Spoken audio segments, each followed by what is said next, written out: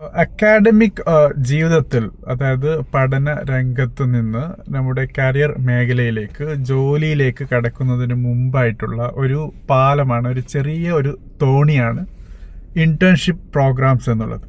So internship പ്രോഗ്രാംസിന്റെ പ്രത്യേകത, അത് നമുക്ക് ഒരു ജോലിയിലേക്ക് കടക്കുന്നതിന് മുമ്പായിട്ട്, ആ ജോലിയിലേക്ക് ഇറങ്ങുന്നതിന് മുമ്പായിട്ട്, ആ ജോബുമായി ബന്ധപ്പെട്ട് മനസ്സിലാക്കാൻ എന്തൊക്കെ ക്രിട്ടിക്കൽ കാര്യങ്ങളുണ്ടോ അതൊക്കെ അറിയാനുള്ള ഒരു ഓപ്പർച്യൂണിറ്റി നൽകുന്നു എന്നുള്ളത് തന്നെയാണ്.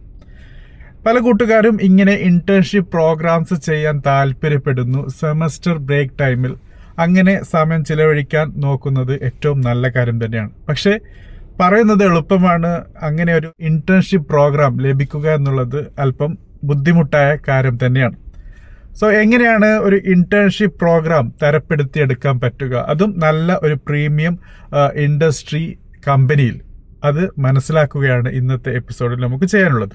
സോ അതിൽ ആദ്യത്തെ സ്റ്റെപ്പാണ് നമുക്കിവിടെ മനസ്സിലാക്കാനുള്ളത്, ബിൽഡിംഗ് എ സ്ട്രോങ് ഫൗണ്ടേഷൻ എന്നുള്ളതാണ്. സോ നല്ല രീതിയിലുള്ള അക്കാഡമിക് ബാക്ക് ട്രാക്ക് ഉണ്ടാക്കുക, മാർക്സ് ഉണ്ടായിരിക്കുക എന്നുള്ളതും, നിങ്ങളുടെ അക്കാഡമിക് തലത്തിൽ ഒരു മികച്ച സ്റ്റാൻഡിങ്ങിൽ ഉണ്ടായിരിക്കുക എന്നുള്ളതാണ് അതിൽ ആദ്യത്തെ ഒരു സ്റ്റെപ്പായിട്ട് വരുന്നത്. അതോടൊപ്പം ഏതൊക്കെ മേഖലയിലാണ് നിങ്ങൾക്ക് കരിയർ മുന്നോട്ട് കൊണ്ടുപോകാൻ ആഗ്രഹിക്കുന്നത്, ഏത് മേഖലയിലാണ് നിങ്ങൾ ഇന്റേൺഷിപ്പ് ചെയ്യാൻ ആഗ്രഹിക്കുന്നത്, അത് സംബന്ധിച്ച റെലവൻറ്റ് സ്കിൽ ഉണ്ടായിരിക്കുക എന്നുള്ളതും നല്ലൊരു കാര്യം തന്നെയാണ്. പോർട്ട്ഫോളിയോ ബിൽഡ് ചെയ്യുക, അതായത് നിങ്ങൾക്ക് ഏത് മേഖലയിലാണോ ജോബ് ആഗ്രഹിക്കുന്നത് അതിലേക്കുള്ള ഇന്റേൺഷിപ്പ് പ്രോഗ്രാമിന് വേണ്ടിയാണ് പ്രിപ്പയർ ചെയ്യുന്നതും അപ്ലൈ ചെയ്യുന്നതും. സോ ആ ഒരു പോർട്ട്ഫോളിയോ ഐഡന്റിഫൈ ചെയ്ത് ബിൽഡ് ചെയ്ത് അതിനെ ഷോക്കേസ് ചെയ്യാനുള്ള ഒരു സാഹചര്യം സൃഷ്ടിക്കുക എന്നുള്ളതാണ്. രണ്ടാമത്തത് നെറ്റ്വർക്കിംഗ് ആണ്. തീർച്ചയായിട്ടും ലിങ്ക്ഡിൻ പോലെയുള്ള ഫെസിലിറ്റീസ്, നിങ്ങൾക്ക് പ്ലാറ്റ്ഫോമുകൾ ഉപയോഗിക്കാം. ഏത് മേഖലയിലാണോ നിങ്ങൾ ജോബ് നോക്കുന്നത്, ഏത് മേഖലയിലേക്കാണോ നിങ്ങൾ ഇന്റേൺഷിപ്പ് പ്രോഗ്രാം പോകാൻ ആഗ്രഹിക്കുന്നത്, അതുമായി ബന്ധപ്പെട്ടിട്ടുള്ള ആൾക്കാരെ പരിചയപ്പെടാനുള്ള ഒരു സാഹചര്യം ലിങ്ക്ഡിൻ വഴി നിങ്ങൾക്ക് നേടാൻ പറ്റും. അതോടൊപ്പം നിങ്ങളുടെ കോളേജിൽ നിന്ന് പഠിച്ചിറങ്ങിയ, സ്ഥാപനത്തിൽ നിന്ന് ഇറങ്ങിയ കൂട്ടുകാരെ, അലുമിനീസുമായി ബന്ധപ്പെടാൻ ശ്രമിക്കുക. അതോടൊപ്പം കരിയർ ഫെയർസും പ്രൊഫഷണൽ കമ്മ്യൂണിറ്റീസിലുമൊക്കെ നിങ്ങൾ ഉൾപ്പെടാൻ ശ്രദ്ധിക്കുക എന്നുള്ളതും നമുക്ക് രണ്ടാമത്തെ സ്റ്റെപ്പിൽ മനസ്സിലാക്കേണ്ടിയിരിക്കുന്നു. മൂന്നാമത്തത് ഒരു നല്ല ഇംപ്രസീവായ റെസ്യൂമെ ബിൽഡ് ചെയ്യുക, നല്ല കവർ ലെറ്റർ എഴുതുക എന്നൊക്കെയുള്ള കാര്യങ്ങളാണ്. ഇത് എങ്ങനെ ചെയ്യണം എന്നുള്ളത് ദ എഡ്യൂക്കേറ്ററിൽ ഓൾറെഡി ഡിസ്കസ് ചെയ്തിരുന്നു. മനസ്സിലാക്കേണ്ടത്, റെസ്യൂമെ എഴുതേണ്ടത് നിങ്ങളാണ്. നിങ്ങളുടെ കഴിവും കാര്യങ്ങളും ഒക്കെ മനസ്സിലാക്കി അത് ഹൈലൈറ്റ് ചെയ്ത് തീർച്ചയായിട്ടും എഴുതാം. AI ടൂൾസ് അതിന് ഉപയോഗിക്കാം, ഓൺലി ടു റിഫൈൻ ഇറ്റ്. നാലാമത്തെ സ്റ്റെപ്പ് എന്നുള്ളത് റെലവൻ്റ് ആയിട്ടുള്ള എക്സ്പീരിയൻസ് നേടുക എന്നുള്ളതാണ്. സോ ഇവിടെ ഒരു ചോദ്യം വരും, പഠിക്കുന്ന സമയമാണ്, എങ്ങനെയാണ് എക്സ്പീരിയൻസ് നേടുക? ജോലി നേടിയിട്ടില്ലല്ലോ, പിന്നെ ഇന്റേൺഷിപ്പ് പ്രോഗ്രാം ചെയ്യുന്ന സമയത്ത് എങ്ങനെ നമുക്ക് റെലവൻ്റ് എക്സ്പീരിയൻസ് ഹൈലൈറ്റ് ചെയ്യാൻ പറ്റും? തീർച്ചയായിട്ടും പറ്റും. നിങ്ങൾക്ക് സാലറിയോട് കൂടി അല്ലാതെ നിങ്ങൾക്ക് താല്പര്യത്തോടു കൂടി ഹെൽപ്പാക്കുന്ന രീതിയിൽ ഏതെങ്കിലും ചെറിയ പ്രൊജക്റ്റ് നേടാം. ആ പ്രൊജക്റ്റ് ചെയ്ത് നിങ്ങൾക്കതിൽ നിങ്ങളുടെ എക്സ്പീരിയൻസ് നേടാവുന്നതാണ്. ചെറിയ കമ്പനികളോ അല്ലെങ്കിൽ സ്റ്റാർട്ടപ്പുമായി ബന്ധപ്പെട്ട് നിങ്ങൾക്ക് തീർച്ചയായിട്ടും അവരോട് നിങ്ങളുടെ താല്പര്യം പ്രകടിപ്പിക്കുകയാണെങ്കിൽ ഈവൻ വീട്ടിലിരുന്നും നിങ്ങൾക്ക് പ്രൊജക്റ്റ് ചെയ്ത് അവരെ ഹെൽപ്പ് ചെയ്യാം. സോ ഇങ്ങനെയുള്ള ആ ഒരു ഹെൽപ്പിംഗ് ഹാൻഡ് നിങ്ങൾക്ക് ഒരു റെലവൻറ്റ് എക്സ്പീരിയൻസ് നൽകുന്നു എന്ന കാര്യവും തീർച്ചയായിട്ടും മനസ്സിലാക്കാം. അഞ്ചാമത്തതാണ് അപ്ലൈ സ്ട്രാറ്റജിക്കലി എന്നുള്ളത്. അതായത് നിങ്ങൾക്ക് ഷോർട്ട് ടേം ഗെയിനിനേക്കാളും ലോങ് ടേമിൽ എങ്ങനെയുള്ള കരിയറാണ് ആഗ്രഹിക്കുന്നത്, ഏത് രീതിയിലുള്ള ജോബിലേക്കാണ് നിങ്ങൾ അപ്ലൈ ചെയ്യാൻ പോകുന്നത്, അത് മനസ്സിലാക്കി അറിഞ്ഞ് അതിന് അനുസരിച്ചിട്ടുള്ള ഒരു സ്ട്രാറ്റജി ബിൽഡ് ചെയ്ത് ഇന്റേൺഷിപ്പ് പ്രോഗ്രാമിന് അപ്ലൈ ചെയ്യുക എന്നുള്ളതാണ്.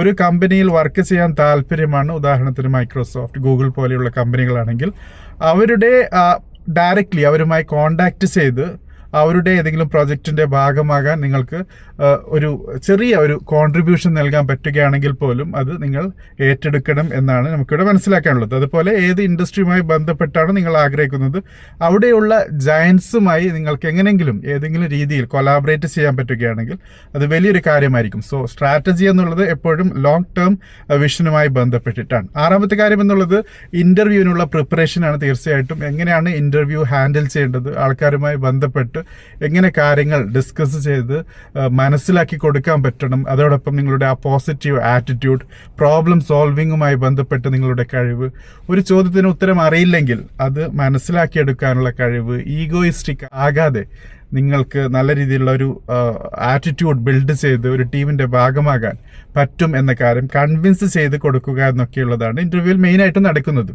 ഒബ്വിയസ്ലി ടെക്നിക്കൽ നോളജ് വേണം, പക്ഷേ ഒരു ഫ്രഷറിൻ്റെ കയ്യിൽ എത്രത്തോളം ടെക്നിക്കൽ നോളജ് ഉണ്ടായിരിക്കും എന്നുള്ളത് ഇൻ്റർവ്യൂ ചെയ്യുന്ന ആൾക്കും അറിയും. സോ ഒരു പോസിറ്റീവ് വൈബ് അവിടെ ക്രിയേറ്റ് ചെയ്യാൻ ശ്രമിക്കുക, ഒരു പ്രോആക്റ്റീവ് അപ്രോച്ച് കൊണ്ടുവരിക എന്നൊക്കെയുള്ള കാര്യങ്ങൾ തീർച്ചയായിട്ടും ശ്രദ്ധിക്കുക. റിയാക്റ്റീവ് നേച്ചർ പൊതുവെ പുറത്ത് കൊണ്ടുവരാതെ സൂക്ഷിക്കുക എന്നുള്ളതും തീർച്ചയായിട്ടും ഹൈലൈറ്റ് ചെയ്യേണ്ടതാണ്. ഏഴാമത്തെ കാര്യം എന്നുള്ളത് യൂണിവേഴ്സിറ്റി റിസോഴ്സസ്, അതായത് നിങ്ങൾ ഏത് കോളേജിലാണ് പഠിക്കുന്നത് ആ കോളേജ് യൂണിവേഴ്സിറ്റിയുമായി അഫിലിയേറ്റഡ് ആയിരിക്കും. സോ യൂണിവേഴ്സിറ്റിക്ക് ഇതുപോലെ ഇന്റേൺഷിപ്പ് പ്രോഗ്രാംസിന് പല പ്ലാറ്റ്ഫോമുകളും ഉണ്ടാകും. സോ അത് നിങ്ങൾക്ക് ഫാക്കൽറ്റീസുമായി ബന്ധപ്പെട്ട് അറിഞ്ഞ് അങ്ങനെയുള്ള ഓപ്പർച്യൂണിറ്റി യൂണിവേഴ്സിറ്റി ത്രൂ നേടുകയാണെങ്കിൽ ഇന്റേൺഷിപ്പ് പ്രോഗ്രാം അപ്ലൈ ചെയ്യാൻ പല സഹായവും നിങ്ങൾക്ക് യൂണിവേഴ്സിറ്റികളിൽ നിന്ന് തന്നെ ലഭിക്കും, അല്ലെങ്കിൽ ഈവൻ കോളേജുകളിൽ നിന്നും ലഭിക്കാനുള്ള സാഹചര്യമുണ്ട്. എട്ടാമത്തത് കോമ്പറ്റീഷൻസ് ആണ്. സോ കോളേജുകളിൽ പല രീതിയിലുള്ള അക്കാഡമിക് കോമ്പറ്റീഷൻസ് ഉണ്ടാകും എക്സാം കൂടാതെ. സോ അതിൽ പങ്കെടുക്കുക. എസ്പെഷ്യലി ഗൂഗിൾ, മൈക്രോസോഫ്റ്റ് കോഡിംഗ് കോൺടെസ്റ്റുകൾ പല കമ്പനികളും നടത്തുന്നുണ്ട്. അതിനെയൊക്കെ ഭാഗമാക്കി നിങ്ങളുടെ നെക്സ്റ്റ് ലെവൽ, അതായത് വെറും മാർക്കിൽ മാത്രമല്ല ഏത് ഡൊമൈനുമായി ബന്ധപ്പെട്ടാണോ നിങ്ങൾ നിൽക്കുന്നത് അതുമായി ബന്ധപ്പെട്ട് നിങ്ങൾക്ക് കൂടുതൽ കാര്യങ്ങൾ കോൺട്രിബ്യൂട്ട് ചെയ്യാം. You have that competitive advantage എന്ന കാര്യം മനസ്സിലാക്കി കൊടുക്കാനുള്ള ശ്രമം നടത്തുക.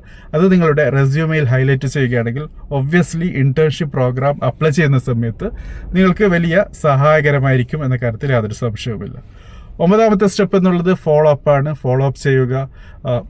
എത്രത്തോളം ഫോളോ അപ്പ് ചെയ്യാൻ പറ്റുന്നു അത്രത്തോളം ചെയ്യുക. പക്ഷെ ഫോളോ അപ്പ് ചെയ്യുമ്പോൾ തീർച്ചയായിട്ടും ഒരു കാര്യം ശ്രദ്ധിക്കേണ്ടത്, മടുപ്പ് നിങ്ങൾക്ക് തോന്നാതിരിക്കുക. അതോടൊപ്പം മറ്റേ അറ്റത്തിരിക്കുന്ന ആൾക്കാർ, അതായത് ആരോടാണ് നിങ്ങൾ കമ്മ്യൂണിക്കേറ്റ് ചെയ്യുന്നത്, അവർക്ക് മടുപ്പ് തോന്നിപ്പിക്കാത്ത രീതിയിൽ ഫോളോ അപ്പ് ചെയ്യുക. ഒരു പോസിറ്റീവ് റിസൾട്ട് കൊണ്ടുവരാൻ ശ്രമിക്കുക എന്നുള്ളതാണ്.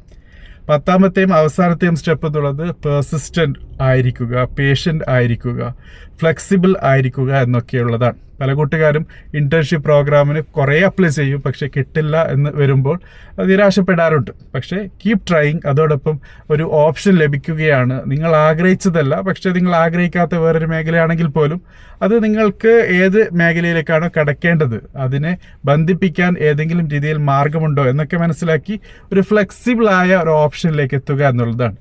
അത് തന്നെ വേണം എന്ന് വാശി പിടിക്കാതെ അതിൻ്റെ ഓപ്ഷൻസ് മനസ്സിലാക്കി കുറച്ചും കൂടി ഫ്ലെക്സിബിൾ ആയ ആറ്റിറ്റ്യൂഡിൽ കൂടി പോവുകയാണെങ്കിൽ ഈവൻ ദ കമ്പനി ആരാണ് നിങ്ങൾക്ക് ഇന്റേൺഷിപ്പ് പ്രോഗ്രാം ഓപ്പർച്യൂണിറ്റി തരുന്നത് അവരും കുറച്ചും കൂടി പോസിറ്റീവായി അത് കാണും എന്ന കാര്യത്തിൽ യാതൊരു സംശയവുമില്ല. സോ ഫ്രണ്ട്സ്, ഇതാണ് 10 സ്റ്റെപ്പുകൾ ഇന്റേൺഷിപ്പ് പ്രോഗ്രാമിന് അപ്ലൈ ചെയ്യുമ്പോൾ ശ്രദ്ധിക്കേണ്ടത്. ഒബ്വിയസ്ലി ഇന്റേൺഷിപ്പ് പ്രോഗ്രാം ലഭിക്കുക എന്നുള്ളത് അത്ര എളുപ്പമുള്ള കാര്യമല്ല, പ്രത്യേകിച്ച് നല്ല കമ്പനികളിൽ. അപ്പോൾ അങ്ങനെയുള്ള സാഹചര്യത്തിൽ നിങ്ങൾക്ക് പല കാര്യങ്ങളും നിങ്ങളിൽ തന്നെ ഹോംവർക്ക് ചെയ്ത് ഡെവലപ്പ് ചെയ്യേണ്ടതായിട്ടുണ്ട്. സോ ആ കാര്യങ്ങളിൽ മനസ്സിലാക്കാൻ പലതുമുണ്ട്.